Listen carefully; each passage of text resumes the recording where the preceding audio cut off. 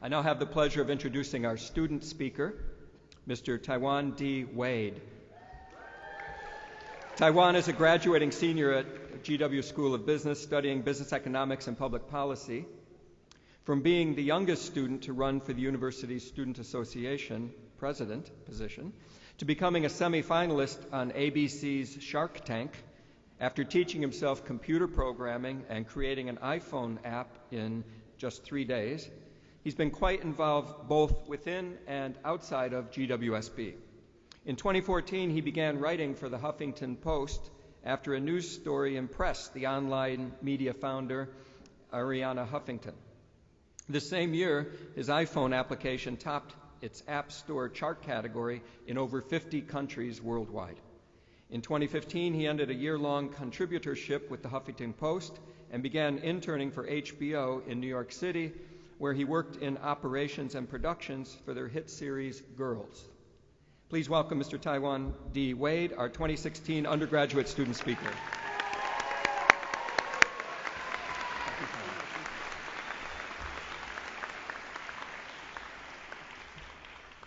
All right, there's a lot more people in here than they told me, so I'm kind of freaking out. Good afternoon. First off, I want to thank the faculty, administration, and the families for this moment. It is ultimately with your amazing support that the class of 2016 has thrived beyond expectations. Graduating today from this university is an incredible honor, and on behalf of our entire class, I thank you.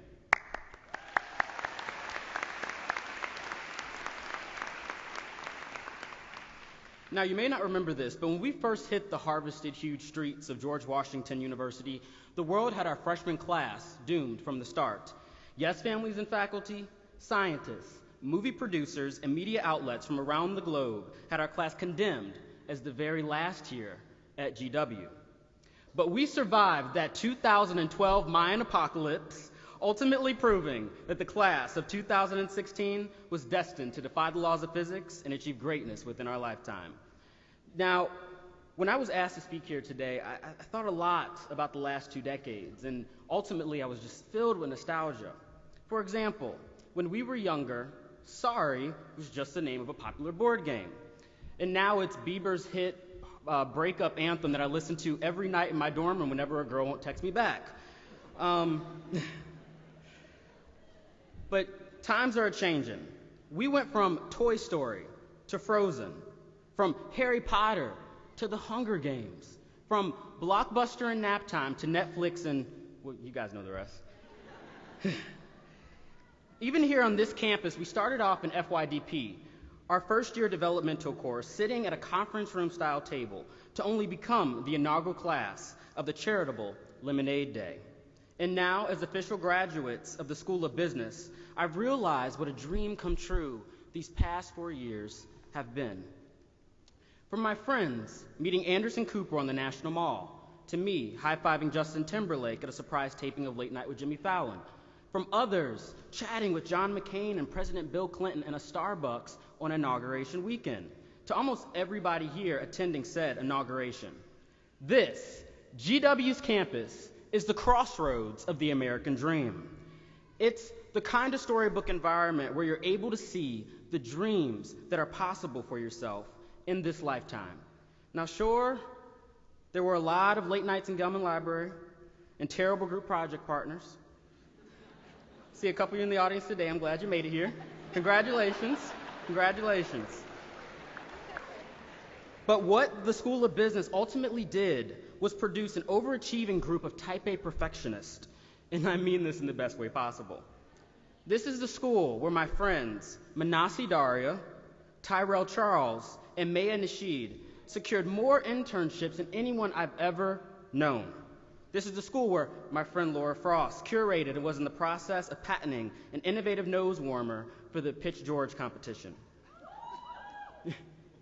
This is the school where my friend Alex Zimmerman led the lacrosse team to victory after serving a year in combat.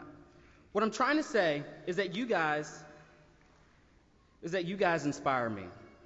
We are the history makers, the millennial generation, a group of ambitious do-gooders, and we must never forget these moments in the next chapters of our lives. It may be hard to do. I mean, let's face it, we've practically been living in a high-end coffee commercial for the past 4 years. Even our dorms and campus cafes are reminiscent of the set of a Nancy Meyers rom-com. But what I'm trying to get at is that the past 4 years have simply felt like a dream. But please promise me this one thing. Don't be afraid of the future. Embrace it. Just because the past exists doesn't mean it defines us exclusively. We can carry those past historic achievements into our new pursuits. And sure, we will fail along the way. And if you guys don't know, I did freshman year big time. I was the youngest person to run for the school's most coveted position, Student Association President, ultimately meaning that I was the youngest person to ever lose the school's most coveted position, Student Association President. And after that, I lost a lot of friends. I was ostracized. I was cyberbullied to the point where I stayed in my dorm room for 2 years, which led me to the thought of, why do we support the dreams and aspirations of our favorite celebrities, but not the same of our peers or friends? I think if we did, the world would be a much better place. Thank you.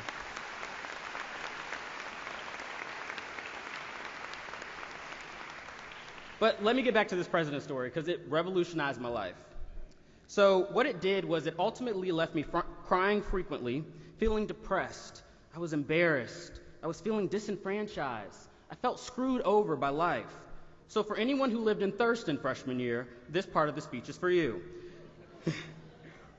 But what I did was I slowly retaught myself the idea that ambition isn't a bad thing. So I decided to take back the narrative of my life. I became a semi-finalist on Shark Tank, as he said, after teaching myself computer programming in 3 days and creating an iPhone application. From that, Ariana Huffington called me and asked if I would write for the Huffington Post.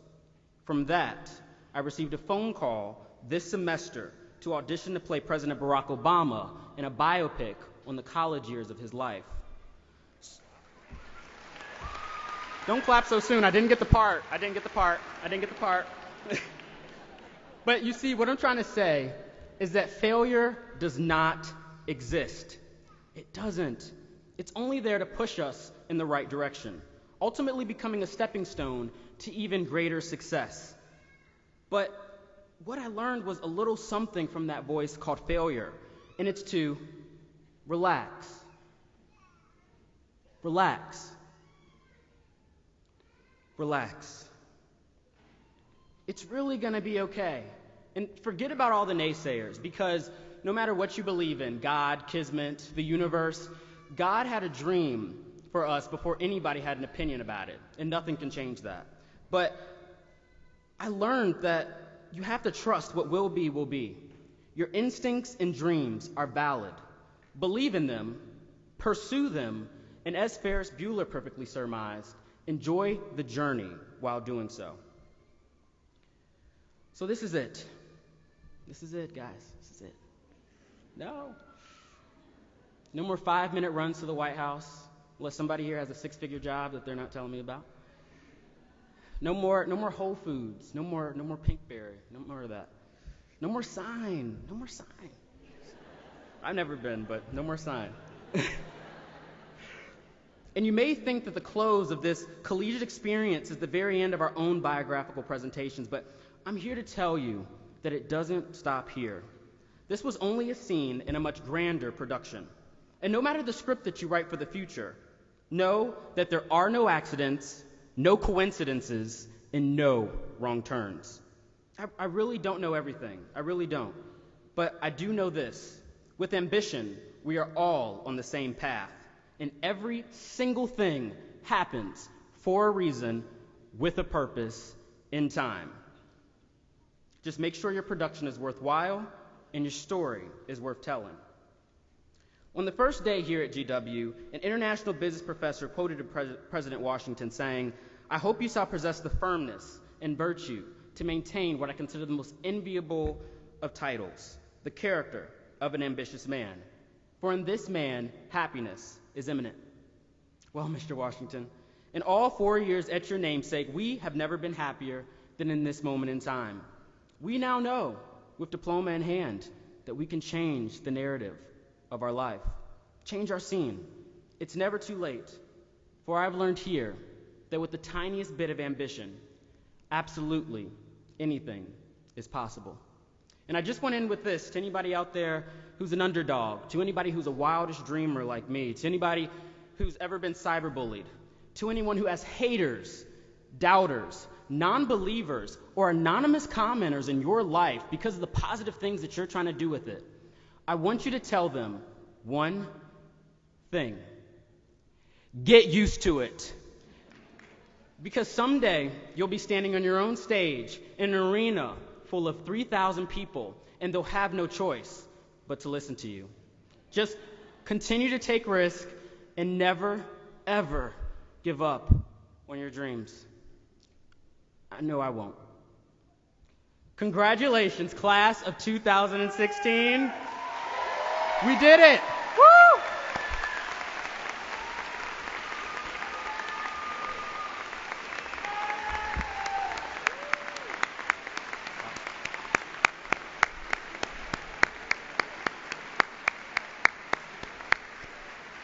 Thank you very much, Tywan. That was excellent. I might have missed a few of the cultural references, but I think the faculty would all agree that you're an excellent representative of this amazing class. That was terrific. Thank you again.